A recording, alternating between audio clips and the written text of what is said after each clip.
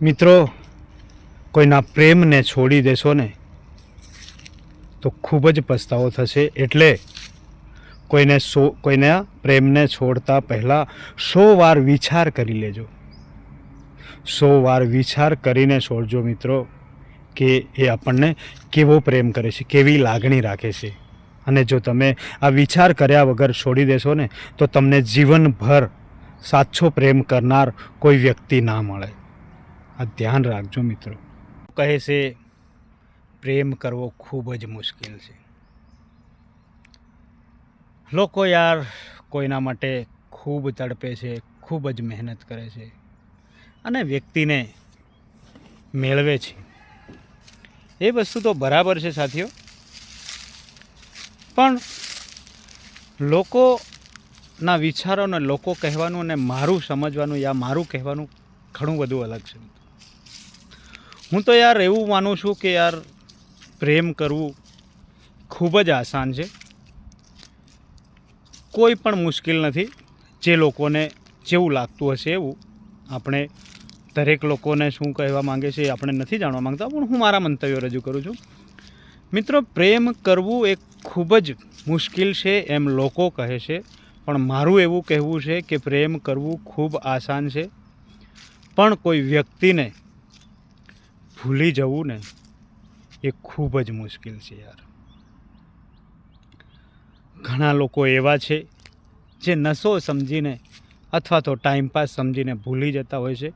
પણ મને તો પર્સનલી એવું લાગે છે સાથીઓ કે યાર કોઈ વ્યક્તિ સાથે દિલથી ખૂબ સારા સંબંધો આપણે રાખ્યા હશે, ખૂબ સારો વ્યવહાર એ વ્યક્તિ આપણી સાથે કર્યો હશે, ક્યારે પણ આપણને પારકાનો અનુભવ ના થવા દીધો હશે, ખૂબ સારી લાગણી રાખી હશે, આપણી ખૂબ ચિંતા કરી હશે ને, તો એને ભૂલવું ખૂબ જ મુશ્કેલ વાત છે, ખૂબ જ કઠિન છે. ક્યારેક બંને બાજુથી ખૂબ જ સારા એવા સંબંધો હોય છે, ખૂબ જ વિશ્વાસ ભર્યા, પણ ક્યારેક કંઈક મજબૂરીઓ પણ અલગ કરી દેશે મિત્રો. પ્રેમ કરવો એ સૌ પ્રથમ પગથિયું છે, પણ એને નિભાવવું એ પણ ખૂબ મુશ્કેલ છે. દરેક લોકો સારી રીતે નથી નિભાવતા. કોઈક વ્યક્તિ એનો સ્વાર્થ જોવે છે, કોઈક વ્યક્તિ ટાઈમપાસના નજરમાં જોવે છે, તો કોઈક વ્યક્તિ મનોરંજન કરે છે, કોઈક વ્યક્તિ વિકલ્પ ના મળે ત્યાં સુધી યાર કોઈ વ્યક્તિને સાથે રાખે છે, કોઈ વ્યક્તિને સારું વિકલ્પ મળી જાય ત્યારે એ વ્યક્તિને જતું કરી દે છે.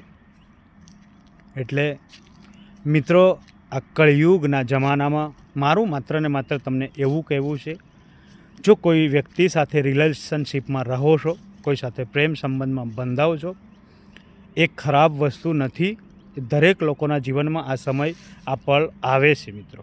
એ તમારા જીવનમાં પણ આવ્યો હશે ને મારા જીવનમાં પણ આવ્યો હશે.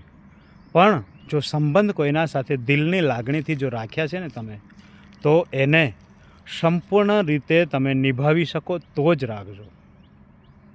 દોસ્તો, ક્યારે પણ કોઈના દિલ સાથે ખેલની ભાવના યા ટાઈમપાસની ભાવનાએ સંબંધ ના રાખતા. ક્યારે કોઈ ભોળી વ્યક્તિને દગો ના દેતા.